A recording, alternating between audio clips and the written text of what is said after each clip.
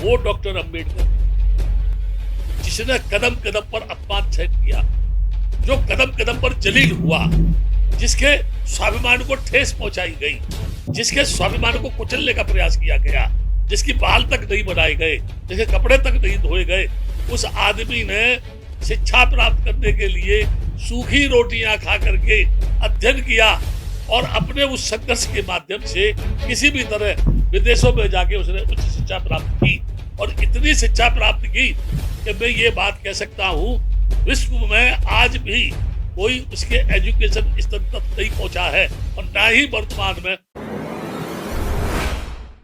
आज के दिन मैं समता आवास चैनल से जुड़े हुए समस्त देश के लोगों से जो जागरूक है, सो रहे हैं, होश में या बदहोश है, मैं उन्हें ये बताना चाहता हूँ, भारतीय संविधान को भारत में लागू हुए लमसम 72 वर्ष हो गए। इस 72 वर्ष में ये देश कहाँ खड़ा हुआ है और संविधान क्या कह रहा है, अगर इन बातों के ऊपर मैं चिंतन करूं या आपको कुछ बोलूं तो मैं सिर्फ आपसे ये कहूंगा, जो संविधान भारत को, यहाँ के रहने वाले लोगों को सामाजिक न्याय हो, आर्थिक स्थिति हो, एजुकेशन स्तर हो, प्रत्येक को बराबर का अधिकार उठने का देता है, विकास करने का अधिकार देता है। हमारे देश में संविधान को जब लागू हुए इतना वर्ष हो गया, फिर ये समाज की जगह पर है। जिस बात के लिए लोगों ने देश की आजादी की लड़ाई लड़ी, उस समय जब ये देश गुलाम था, बहुत सारे लोग नाना प्रकार की बातें करते हैं, मैं उस पर नहीं जाना चाहता हूँ। ये वक्त मेरा जो है उस पर चर्चा करने का नहीं है। ये वक्त है सिर्फ संविधान के लागू होने के बाद की परिस्थितियों को देखने का। हमारा देश किन परिस्थितियों से गुजर रहा है। आज इस देश में समता के नाम पर विषमता बढ़ रही है। इस देश में यानी रोजी रोटी की समस्या समाप्त होने के बजाय भुखमरी बढ़ रही है। इस देश में एजुकेशन स्तर जो है घट रहा है, एजुकेशन महंगा हो रहा है। जो गरीब बच्चे स्कूलों में पढ़ते थे, अब उन्हें उस स्कूल में वो सुविधाएं प्राप्त नहीं होंगी जो संविधान के आधार पर उन्हें प्राप्त थी। इनका कौन दोषी है? क्या संविधान दोषी है, या संविधान की डिबेट पर या संविधान के अनुसार जो लोग चुन करके पार्लियामेंट में जाते हैं, क्या वो अपनी कॉन्स्टिट्यूंसी के लिए वकालत करते हैं? क्या उस पार्लियामेंट के अंदर देश की गरीबी का उन्मूलन हो, एजुकेशन का स्तर हो, आर्थिक विकास की बात हो, या नदियों को जोड़ने की बात हो, या विषमता मिटाने की बात हो, या अंतरराष्ट्रीय स्तर की बात हो, क्या पार्लियामेंट में उस पर डिबेट होती है? क्या उसमें चर्चा होती है? क्या वो कोई प्रस्ताव पारित होता है? तू चोर है, तू चोर है, तू बेईमान है, तू बेईमान है। यहाँ तक कि कभी कभी ऐसा लगता है कि वो पार्लियामेंट नहीं, मलयुद्ध का अखाड़ा है, जहां लोग एक दूसरे को पटकनी दे करके अपने आप को जो है बड़ा साबित करना चाहते हैं, महत्वपूर्ण साबित करना चाहते हैं। अभी भारतीय नारियों के शोषण के ऊपर, उनके ऊपर होने वाले जुर्म अत्याचार को लेकर के कितने कानून बने। क्या आज भी भारत की धरती पर उनका यौन शोषण नहीं होता? क्या आज भी भारत की धरती पर नारी सम्मान के साथ लोग जो है उसकी अस्मत को नहीं लूटते? क्या आज भी धर्म के नाम पर महिलाओं की बेइज्जती नहीं हो रही है? यही नहीं, मैं यदि जातिवाद को लेके चलूं तो स्वतंत्र भारत के 72 वर्ष गुजर जाने के बाद भी यदि कोई अनुसूचित जाति का व्यक्ति मूछ रखता है तो उसकी हत्या कर दी जाती है। यदि वो पानी से पानी पीता है तो उसकी हत्या कर दी जाती है। क्या संविधान जो इन सारी चीजों को रोकने का संदेश देता है, क्या वो संविधान सबको समानता का हक देता है? पूर्ण रूप में वो लोग जो है जो संविधान पर चल रहे हैं, उस संविधान को लागू कर रहे हैं। मुझे एक बात याद आती है, जब प्रथम बार माननीय नरेंद्र दामोदर मोदी जब प्रधानमंत्री बने थे, तो पार्लियामेंट में जब गए थे तो सर्वप्रथम उन्होंने पार्लियामेंट की चौखट को चूमा था। मेरे दिमाग में उस समय दो बात थी। एक तो ये बात थी कि विरोध में बैठने के बाद आज हमको ये मौका मिला है कि हम पार्लियामेंट में प्रवेश कर रहे हैं और वहां कुछ चर्चा करेंगे। दूसरा, मेरे दिमाग में ये विचार उत्पन्न होता था कि हम बहुत वर्षों के बाद आज पार्लियामेंट में आए हैं, तो जो हमारे मन के गुबार हैं, जो हमारे मन की इच्छा है, जो हम चाहते हैं, उसको हम पूरा करेंगे। शायद नरेंद्र मोदी मेरी दूसरी बात पर खरे उतर रहे हैं, क्योंकि वो संविधान को लागू करने की बात कम है, संविधान की धज्जियां उड़ाने में ज्यादा जो है प्रगतिशील विचारधारा के है। वो संविधान को जलाया जाना या संविधान के नाम पर खिलवाड़ होना या धीरे धीरे संविधान में संशोधन करना, सरकारी जो संस्थान है उनको बेच देना, प्राइवेटकरण करना, क्या इससे इस देश की समस्या का समाधान होगा? जब ये सरकार समस्त सरकारी संस्थानों को बेच देगी तो फिर ये हुकूमत किस पर करेगी? फिर ये शासन सत्ता किस पर चलेगी? क्या ये बेईमानों को बढ़ावा देने के लिए चलेगी या जो लोग धन संग्रह करने वाले हैं उनको उनका बढ़ावा देने के लिए करेगी? या मंदिर में जहां कई बार ये मैसेज आया है, हाई कोर्ट ने, सुप्रीम कोर्ट ने कई बार ये फैसले किए हैं कि ये मंदिर आस्था के प्रतीक नहीं बल्कि धन संग्रह करने का एक केंद्र है। अभी अभी स्टालिन ने 72 वर्ष के बाद जहां इस देश का ब्राह्मण ही सर्वोपर है, वहां कुछ बैकवर्ड के लोगों को, कुछ अनुसूचित जाति के लोगों को मंदिरों में पुजारी बनाने का काम किया। उसके खिलाफ सारे ब्राह्मण कोर्ट में चले गए और कोर्ट फैसला दे रहा है कि ये अधिकार केवल ब्राह्मणों का है। क्या अदालत मुझे बताएगी कौन से रजिस्ट्री इनके नाम से हुई है? किस परमात्मा ने इनको बैनामा लिखा है? कब लिखा है? कौन से सन में लिखा है? किसके सामने लिखा है? कौन कौन मौजूद थे? उसमें कितने देवताओं ने भाग लिया? उसमें किस किसी ने क्या कहा? इसका कोई अता पता नहीं है। जबकि भारतीय संविधान के संबंध में जब वो संविधान बन रहा था, कितने लोगों ने उसमें शिरकत की, कितने लोगों ने अपने उसमें विचार रखे और हर एक आदमी के विचारों का डॉक्टर अंबेडकर ने जिस शालीनता से जवाब देते हुए अपनी बातों को रखा, और रखा ही नहीं, उन समस्त लोगों को अपनी बात मनवाने के लिए मजबूर किया, क्योंकि उनकी बात लोक कल्याण की थी, उनकी बात जनहित की थी, उनकी बात समानता की थी, उनकी बात ऊंच नीच को खत्म करने की थी। इसीलिए डॉक्टर अंबेडकर ने मनुस्मृति में आग लगा दी और ये कहा कि जितने भी धार्मिक ग्रंथ है सब ये काल्पनिक है। आज हमारे देश में जहां कोई जरा सी बात करता है या सरकार के खिलाफ जाता है, उसके ऊपर देशद्रोही का मुकदमा कायम कर दिया जाता है। लेकिन वही स्वतंत्र भारत की धरती पर बड़े बड़े शंकराचार्य ही नहीं, छुट भैया जो कल परसों पाबाजी बने हैं, खा खा के जिनकी चर्बी बढ़ गई है, वो हुक्मरान ये हुक्म जारी करते हैं, कोई भी हमारे शास्त्रों का अपमान करेगा, कोई भी हमारे देवताओं का अपमान करेगा, कोई भी हमारे धर्म का अपमान करेगा, उसकी गर्दन काट के लाओ, हम उसे 50 लाख रुपया देंगे। क्या ये आतंकवादी नहीं है? क्या ये गुंडे नहीं है? क्या ये बदमाश नहीं है? क्या ये संविधान इनको अनुमति प्रदान करता है? क्या ये संविधान इस बात की इजाजत देता है कि लोग खुलेआम, और वो भी सरकार के सामने, उस सरकार के सामने जो न्याय देने की बात कर रही है, उस सरकार के सामने जो आर्थिक विकास करने का ढोंग रच रही है, उस सरकार के सामने जो अभी अभी पेपरों में आ रहा है, नौकरी हमने इतनी दे दी है, अभी नौकरी इतनी हम देंगे, इतने दिन हम लोगों को खाना फ्री दे रहे हैं, तो क्या ये सरकार भूखे नंगे लोगों को भिखारी बनाने के लिए खाना दे रही है?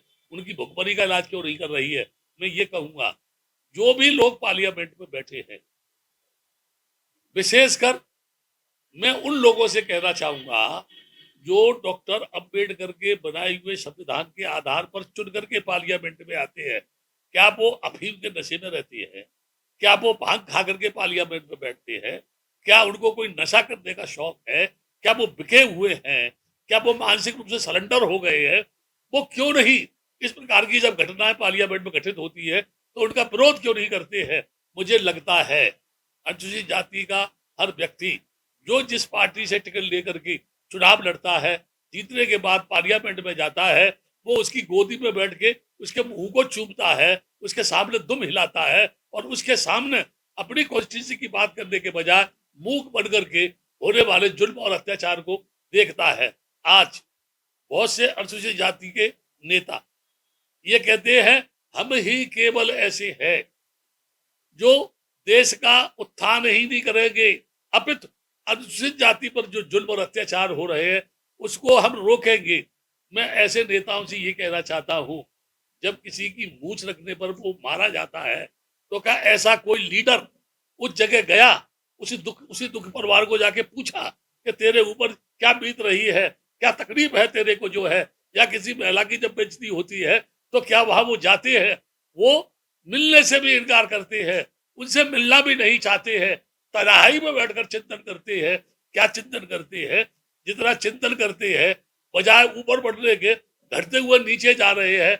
मुझे लगता है उनकी उनकी जो सोचने की शक्ति है वो विकासवादी है या पतनवादी है, या तो कहीं ना कहीं वो बिके हुए हैं। इसलिए वर्तमान सरकार के सामने अपना मुंह नहीं खोलते हैं, अत्याचार के खिलाफ बगावत की बात नहीं करते हैं, धर्म के नाम पर जो शोषण हो रहा है उस पर चर्चा नहीं करती है। एक महत्वपूर्ण बात बता रहा हूं भैया, सारा देश जानता है कि राम मंदिर और बाबरी मस्जिद की लड़ाई 60-70 वर्ष पुरानी, और उनकी मुख्य लड़ाई का उद्देश्य क्या था?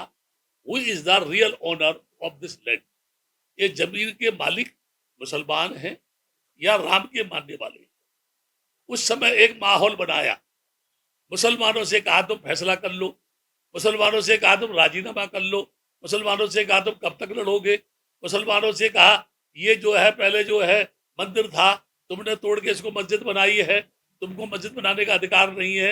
यानी पहले उनको अपनी शक्ति से उनको डिमोलाइज किया, उनको भयभीत किया, चाहे वो लाल किशन आडवाणी की रथ यात्रा हो, चाहे वो उन ब्राह्मणवादी संस्कृति के पोषक लोगों का जुलूस हो, धरना हो, प्रदर्शन हो, सबने इस बात के लिए मुसलमानों के ऊपर दबाव डाला और बाद में अदालत ने फैसला ये किया कि वहां पर भगवान मर्यादा पुरुषोत्तम राम का जन्म हुआ था, और ये अदालत भावनाओं के आधार पर यह फैसला करती है कि ये जगह हिंदुओं को राम मंदिर बनाने के लिए दी जाती है।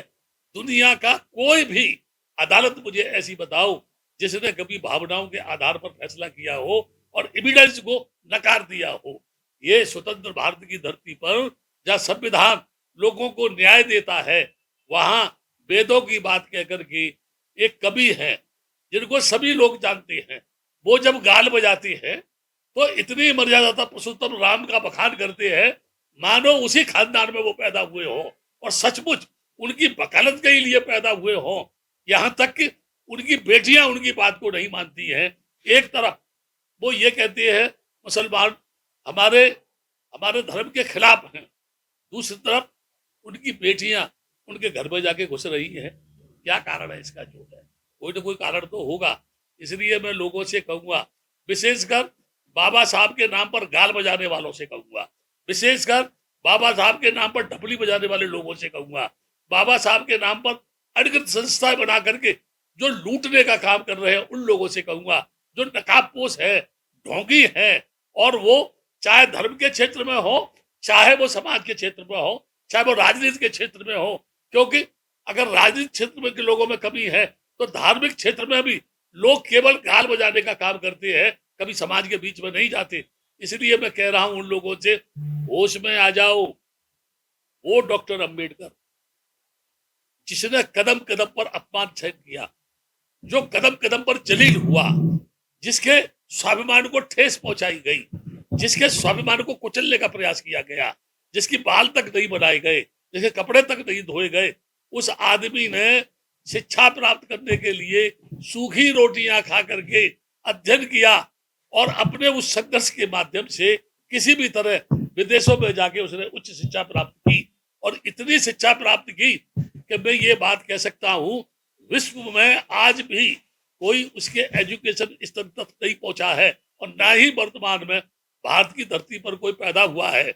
इसलिए मैं कहता हूं उस डॉक्टर अंबेडकर ने कहा, जिस धर्म में तुम्हारा कोई मूल्य नहीं है, जिस धर्म में तुम्हारी जाति का कोई मूल्य नहीं है, जिन मंदिरों में रोक घुसने से तुम पर अत्याचार होता है, जिन मंदिरों की चार दीवारी के सामने मंदिर की सीढ़ियों पर लड़कियों की अतपत लूटी जाती है, उनको थानों में नंगा किया जाता है। अरे शर्मदारो, अगर तुम्हारी आंख में जरा भी शर्म है, जरा भी हया है, जरा भी तुम डॉक्टर अंबेडकर के मानने वाले हो, मैं तो ये कहूंगा, तुमने डॉक्टर अंबेडकर को बुत बना दिया, उनको एक मूर्ति बना दिया, उनको एक चौराहे पे खड़ा कर दिया, उनके हाथ पैर जो है चल नहीं सकते क्योंकि वो मूर्ति बना दिया। आज भी तुम डॉक्टर अंबेडकर की विचारधारा का अनुसरण करो, जाग जाओ, और आने वाला जो इलेक्शन है, मैं ये नहीं कहूंगा तुम किसको वोट दोगे किसको वोट नहीं दोगे, क्योंकि मैं किसी पार्टी का आदमी नहीं हूं, लेकिन ये जरूर कहूंगा, जो लोग तुमको धोखा दे रहे हैं, जो लोग तुम्हारे साथ बेईमानी कर रहे हैं, जो लोग इस भारत की धरती पर हिंदू राष्ट्र की कल्पना कर रहे हैं, उनको मुंह तोड़ उत्तर दो। और डॉक्टर अंबेडकर के नाम पर जो उन्होंने कहा, मैंने तुम्हें अमूल्य वोट दिया है, जिससे तुम उसको चुनो जो संविधान को लागू करे, देश में समता लाए, विषमता मिटाए, अखंड भारत की रचना करे, सभी को समानता का हक दे, तो सही माने में संविधान का महत्व है, संविधान जीवित है। जाग जाओ और जाग करके आज भी संविधान को बचाने के लिए संघर्ष करो, नहीं आने वाले दिनों में तुम्हारी इतनी पिटाई होगी, तुम पर इतने जुल्म अत्याचार होंगे कि तुम इतना रोओगे कि तुम्हारे कोई आंसू भी पहुंचने वाला पैदा नहीं होगा। ये बंदे आनंद की भविष्यवाणी है, जो मैं 50-60 वर्ष से देखता हुआ आ रहा हूं। मैं तो हमेशा सचेत करता रहा हूं, आज भी सचेत कर रहा हूं। और तुम्हें मरना है, तुम्हें गुलाम बनना है, तुम्हें दूसरों की जी हुजूरी करनी है, तुमको जात पात पर पिटना है, तुमको मंदिर जाने पर जूते खाने हैं, तो जाओ, नहीं तो भारतीय संविधान को बचाकर इस देश की धरती पर उसको लागू करने का काम करो। आपका धन्यवाद, मंगल। जिनको बुरा लगा हो, गालियां देना, देवी देवताओं से प्रार्थना करना, कल मरूं तो आज ही मर जाऊं, क्योंकि वो है नहीं, और कहीं है तो वो आएंगे नहीं, मैंने आज तक उनको देखा नहीं है। और तुम अगर उनके ठेकेदार हो, तुम्हारे खानदान में पैदा हुए हैं, तो तुमसे कह रहा हूं, कसम तुम्हारे माँ बाप की, तुम उनसे ये प्रार्थना करना कि बंदे आनंद की मौत जल्दी आनी चाहिए, ठीक है। ये तो मर गया तो तुम्हारा पीछा छूट जाएगा, गिर गिर के चुन चुन के तुम्हें ऐसे ही छुड़ाता रहूंगा। आप सुखी रहे, मंगल हो। इन शब्दों के साथ अपनी वाणी को मैं विराम देता हूं।